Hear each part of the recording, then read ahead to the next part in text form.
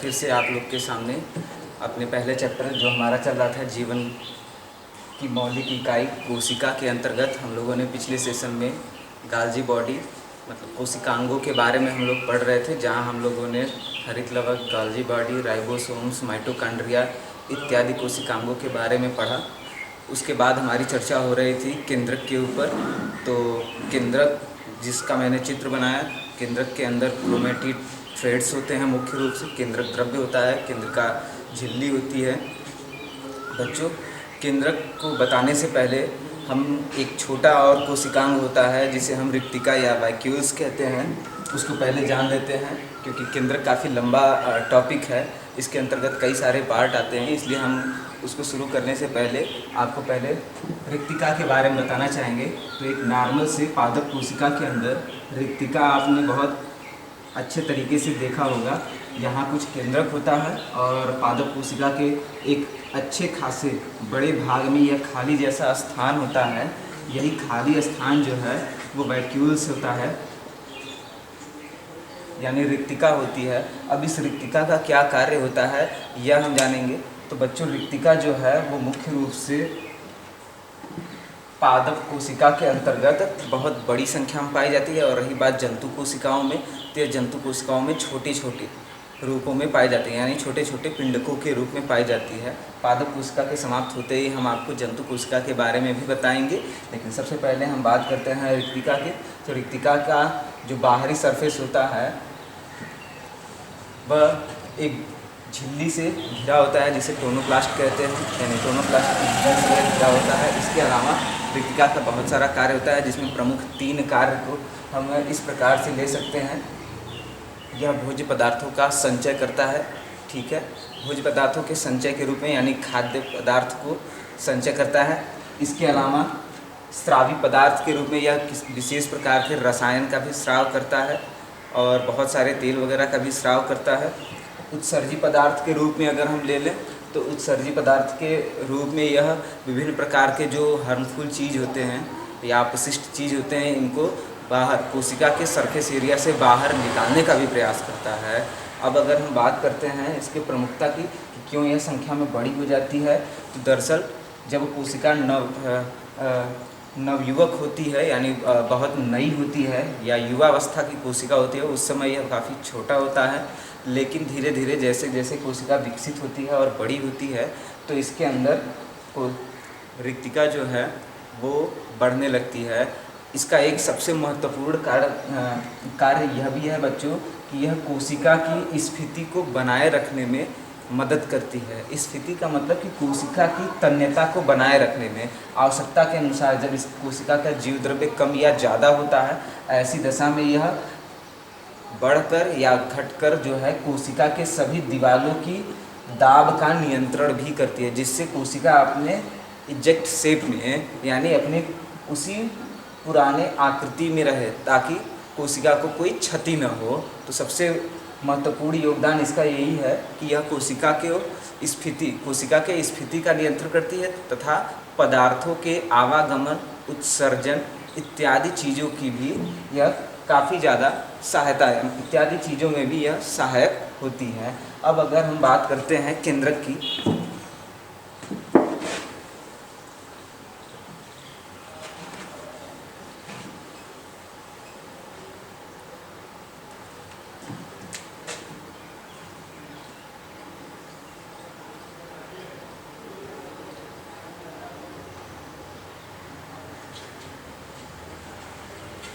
जैसा कि हमने पिछले सेशन में देखा था, हमारा टॉपिक अधूरा रह गया था केंद्रक के बारे में समय अभाव के कारण।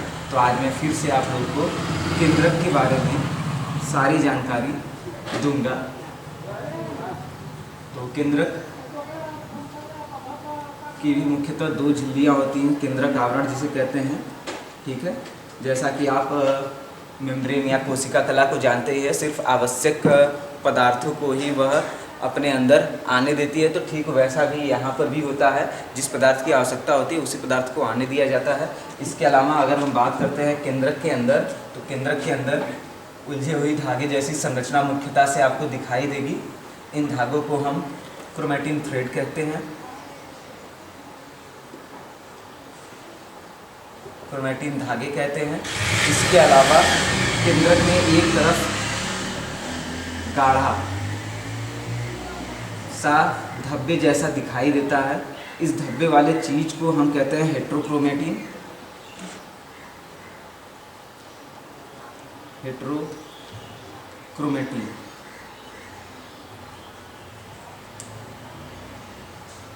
इसके अलावा बच्चों इसमें कई सारे द्रव्य भरे होते हैं जो केंद्रक द्रव्य कहलाते हैं। इसमें कई सारे प्रोटीन, विटामिन या इत्यादि पोषक तत्व तो इसमें मौजूद होते हैं। मैट्रिक्स भी हम इसको कह सकते हैं। अब हम बात करते हैं इन दो मुख्य चीज़ों के ऊपर। तो दरअसल क्रोमैटिन थ्रेड ही आगे चलकर गुणसूत्र के रूप में संयोजित होता है और इसी गुणसूत्र में पाया जाता है डीएनए और उसी डीएनए के अंतर्गत पाए जाते हैं जिन। आरएनए और डीएनए मुख्य रूप से यही होता है। हेट्रोक्रोमैटिन की बात की जाए तो यह मुख्य रूप से राइबोसोम्स तथा आरएनए का एक कंपोजिशन होता है जो यहाँ डार्क मैटर के रूप में दिखाई देता है। आरएनए के अंतर्गत भी 3 पार्ट होते हैं जो आगे हम बताएंगे। इसके अलावा अगर हम बात करें केंद्रक की खोज तथा इसके कार्यों के बारे में, तो केंद्रक की खोज सर्वप्रथम रॉबर्ट ब्राउन ने की थी।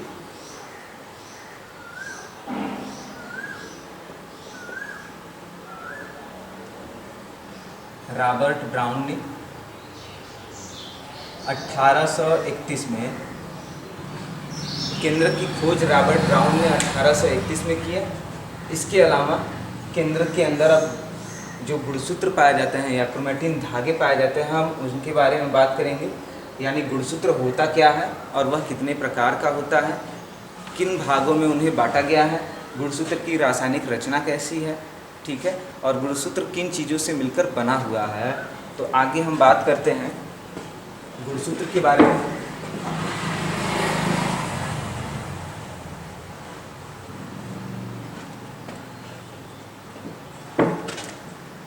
चूँकि गुणसूत्र के बारे में बात करनी है तो उससे पहले हम जानते हैं न्यूक्लिक अम्ल क्या होता है। न्यूक्लिक एसिड दरअसल बच्चों केंद्रक के अंदर जो ये क्रोमैटिन धागे होते हैं या जिसे हम परिवर्तित भाषा में गुणसूत्र कहते हैं, यह क्रोमैटिन धागे दरअसल इसी न्यूक्लिक एसिड यानी न्यूक्लिक अम्ल के बने होते हैं। न्यूक्लिक अम्ल क्या होता है? न्यूक्लिक अम्ल में मुख्य रूप से 5 कार्बन वाली श्रृंखला होती है।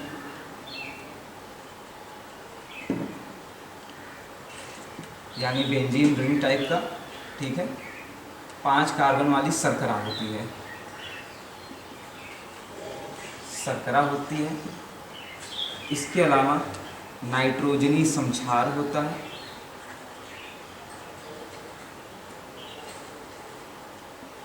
समक्षार। एक तीसरा होता है फास्फोरिक बांड,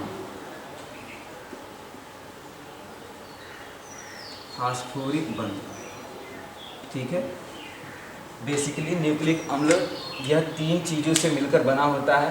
5 कार्बनों वाली शर्करा, ठीक है। 5 कार्बनों वाली शर्करा का मतलब कि कार्बन जो है वो 5 फैक्ट में इस हिसाब से लगे होते हैं, ऐसे। इनका रासायनिक संरचना चूँकि काफ़ी जटिल है और आपके पाठ्यक्रम में नहीं है, अतः मैं इन 5 कार्बन श्रृंखला और नाइट्रोजनी बेस और फास्फोरिक बंध का कैसे मिलाप होता है यह नहीं बताऊंगा। लेकिन फिलहाल आपको सिर्फ यह जानना है कि न्यूक्लिक एसिड में यह मुख्य रूप से 3 कंपोजिशन पाए जाते हैं जिससे गुणसूत्र का निर्माण होता है। अब हम बात करेंगे क्रोमोसोम्स यानी गुणसूत्र के स्ट्रक्चर की। चूँकि बच्चों समय अभाव के कारण मैंने पहले ही गुणसूत्र का चित्र बना लिया है और गुणसूत्र के चित्र में आपको जो संरचनाएं दिखाई जा रही हैं वो मैं आपको एक बार स्पष्ट रूप से बता देना चाहूँगा। बाहरी संरचना जो आवरण कहते हैं, जो मेम्ब्रेन, एक प्रकार से मेम्ब्रेन का काम करती है।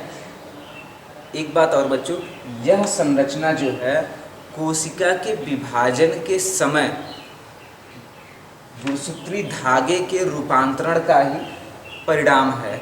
यहाँ जो हमने केंद्रक बनाया था और केंद्रक के अंदर जो है ये उलझे हुए धागे वाली संरचना थी। दरअसल जब केंद्रक का विभाजन होता है यानी कोशिका बहुत मैच्योर हो जाती है, तब यही उलझे हुए धागे जो है इस प्रकार से कुंडलित अवस्था में आकर गुणसूत्र की संरचना में बन जाते हैं। अब आगे हम बात करते हैं गुणसूत्र के अंदर क्या पाया जाता है। तो गुणसूत्र के अंदर का यह वाला भाग है क्रोमोनीमा। क्रोमोनीमा के अंतर्गत आता है क्रोमोमियर्स। क्रोमोमियर्स के अतिरिक्त जो इसमें द्रव भरा होता है उसे मैट्रिक्स कहते हैं।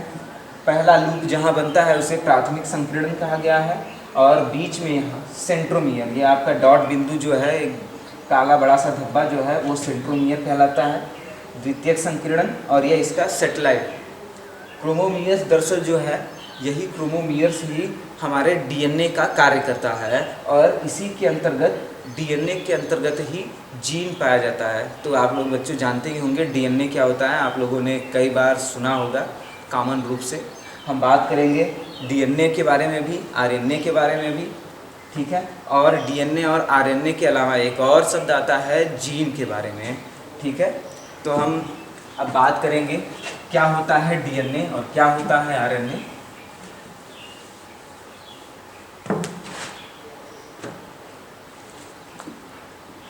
और रही बात गुणसूत्र के खोज की, तो गुणसूत्र का खोज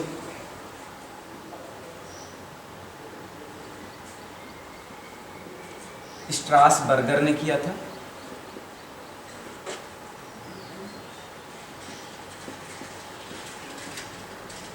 (1875) में किया था। इसके अलावा वाल्डेयर ने बच्चों इसे गुणसूत्र का नाम दिया था। यानी खोज न्यूक्लिक अम्ल के रूप में जो है स्ट्रासबर्गर ने तो कर दिया था, लेकिन वाल्डेयर ने सर्वप्रथम इस फैक्ट को गुणसूत्र से संबोधित किया था। वाल्डेयर ने 1888 में जो है इसे गुणसूत्र नाम दिया था,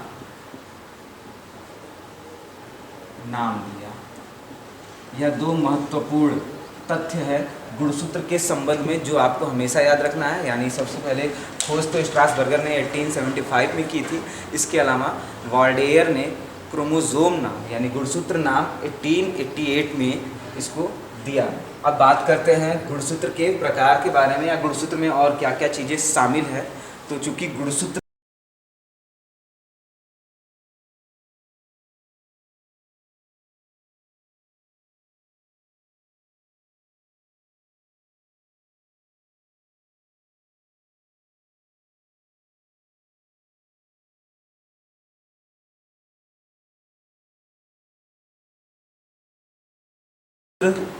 न्यूक्लिक अम्ल का बना हुआ है, और न्यूक्लिक अम्ल मुख्य रूप से 3 चीज़ों से बना हुआ है, ठीक है।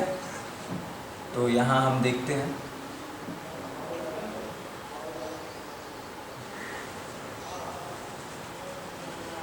न्यूक्लिक अम्ल। अब इसकी बात कर लेते हैं। तो न्यूक्लिक अम्ल की खोज सर्वप्रथम मीसर ने किया था।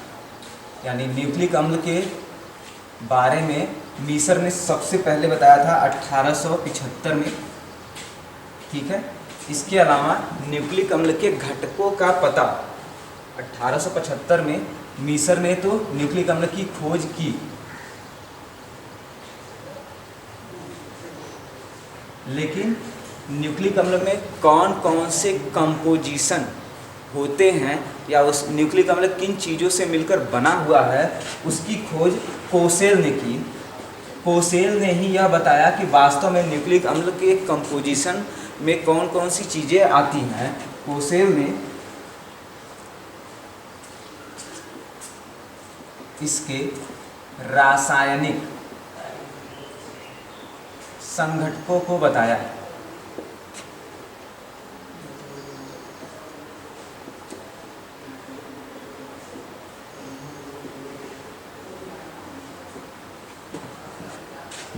ठीक है बच्चों, तो यह था न्यूक्लिक अम्ल से संबंधित दो महत्वपूर्ण तथ्य जो आपको जानना है, जिसमें मीसर ने 1875 में न्यूक्लिक अम्ल की खोज की और कोसेल ने न्यूक्लिक अम्ल के कंपोजिशन यानी रासायनिक संगठनों के बारे में बताया।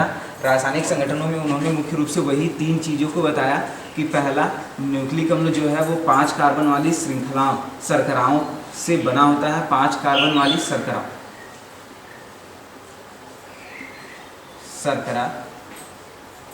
इसके अलावा दूसरा था नाइट्रोजनी समक्षार। नाइट्रोजनी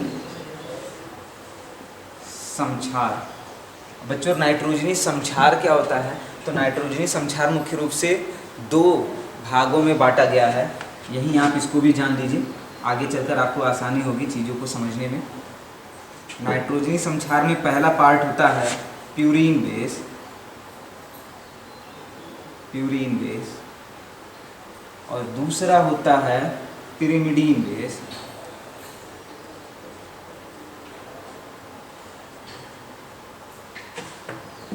प्यूरीन बेस के अंतर्गत बच्चों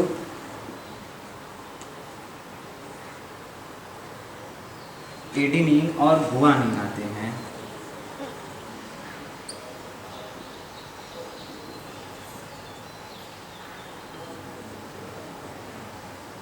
जबकि पिरिमिडीन बेस के अंतर्गत साइटोसिन,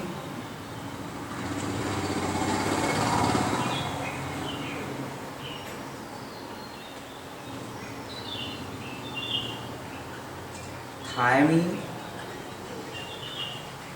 और एक तीसरा होता है यूरेसिल।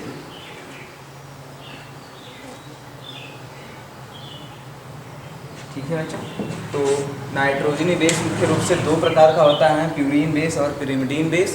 प्यूरीन बेस के अंतर्गत 2 प्रकार की चीज़ें आती हैं, एडेनिन और गुआनिन। साइटोसिन, थायमीन और यूरेसिल आती हैं पिरिमिडीन बेस के अंतर्गत। यह नाइट्रोजनी समक्षार है। अब तीसरा न्यूक्लिक अम्ल का तीसरा अवयव है फास्फोरिक बांड।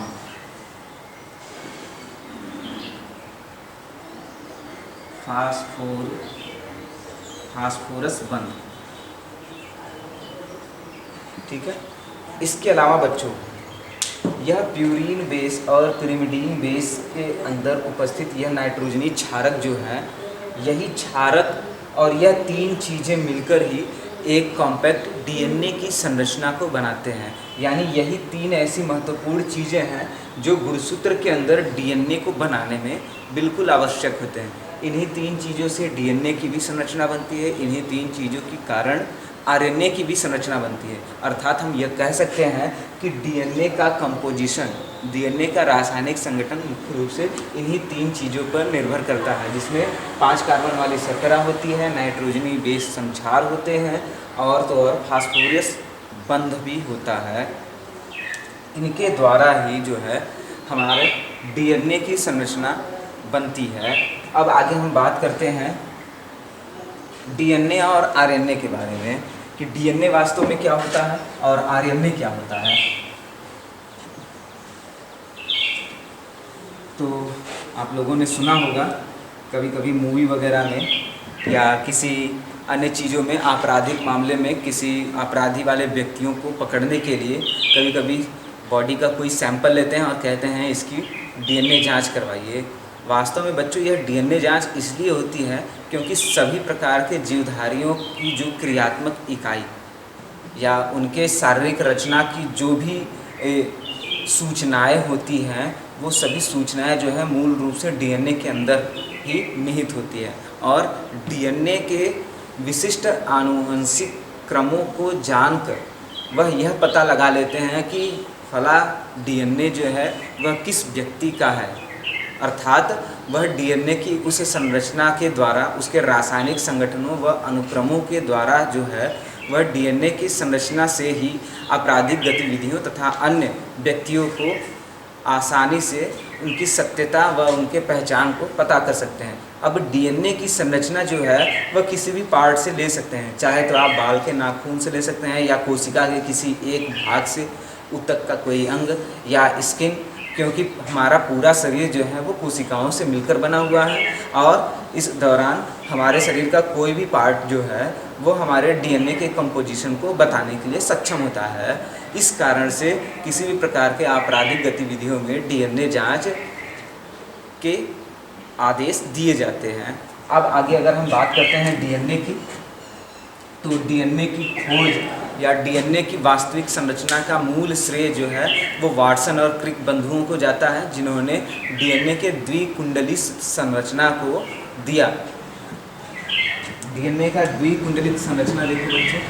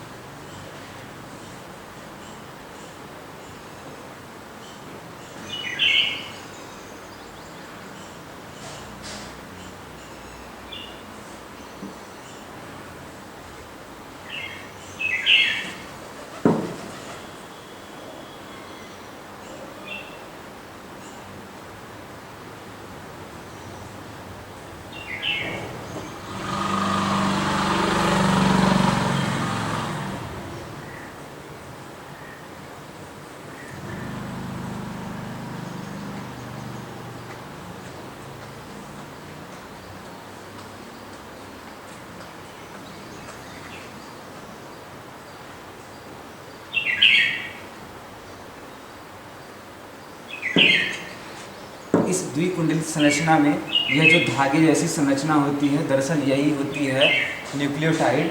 यह दो धागे जैसी संरचना न्यूक्लियोटाइड होती है। और बच्चों यह न्यूक्लियोटाइड जो है वो हमारे नाइट्रोजनी बेस समक्षार जो एडेनिन, गुआनिन, थायमिन और साइटोसिन, यूरेसिल था, इन न्यूक्लियोटाइड का बनना भी जो है इन्हीं नाइट्रोजनी समक्षार और 5 कार्बन वाली शर्करा से ही होता है। यानी 5 कार्बन वाली शर्करा और यह नाइट्रोजनी समक्षार जो है दोनों मिलते हैं, तब जाकर यह धागे जैसी संरचना का निर्माण होता है। अब इन दो धागे जैसी संरचना को आपस में बांधने के लिए आपस में इस तरीके से एक डीएनए की संरचना मुख्य रूप से ऐसी होती है।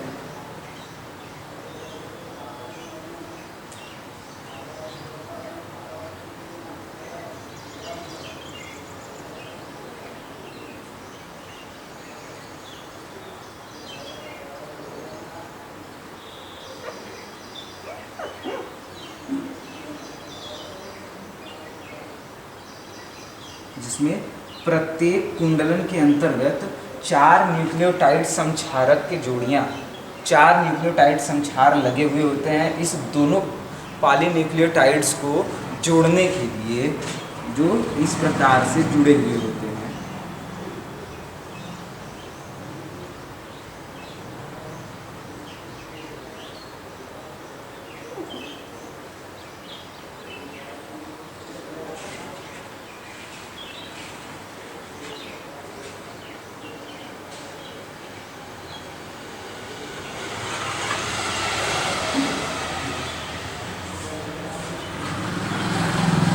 प्रत्येक नाइट्रोजनी समक्षार जो है वह ATCG के रूप में एक निश्चित अनुक्रम से ही जुड़ता चला जाता है।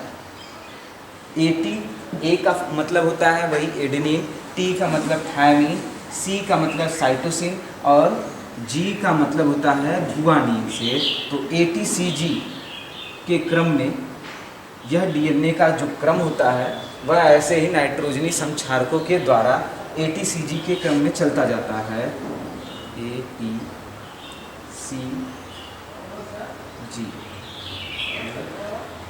T C और G, इसी प्रकार से यह क्रम आगे की तरफ बढ़ता जाता है। अब बात करते हैं इसके संरचना में पाए जाने वाले चीज़ों के बारे में। चूँकि इसकी चौड़ाई 20 एंगस्ट्रॉम होती है, मध्य अक्ष से 10 एंगस्ट्रॉम राइट और 10 एंगस्ट्रॉम लेफ्ट। इसके अलावा प्रत्येक नाइट्रोजनी समक्षार के बीच की दूरी जो है वो 3.4 एंगस्ट्रॉम होती है। इसके एक कुंडलन में 10 न्यूक्लियोटाइड आते हैं और किसी भी डीएनए की माप जो है, यानी एक डीएनए का पूर्ण क्रमांक जो है कम से कम 10 न्यूक्लियोटाइडों का समूह होना चाहिए। यानी 10 न्यूक्लियोटाइडों के समूह में एक कुंडलन माना गया है और एक कुंडलन की लंबाई 34 एंगस्ट्रॉम होती है। ठीक है बच्चों, यह तो डीएनए की कुछ बेसिक जानकारी थी जो मैंने आपको बताया। चूँकि समय अभाव है, अतः अब अगले सेशन में हम डीएनए के बारे में और बेहतर तरीके से अध्ययन करेंगे। आज के सेशन में जो भी मैंने आपको टॉपिक्स बताए हैं, अगर वो नहीं समझ में आए तो कमेंट के माध्यम से ज़रूर बताएं। हम अगले वीडियो में जो है आपको इन सभी समस्याओं का समाधान करेंगे। तब तक के लिए धन्यवाद।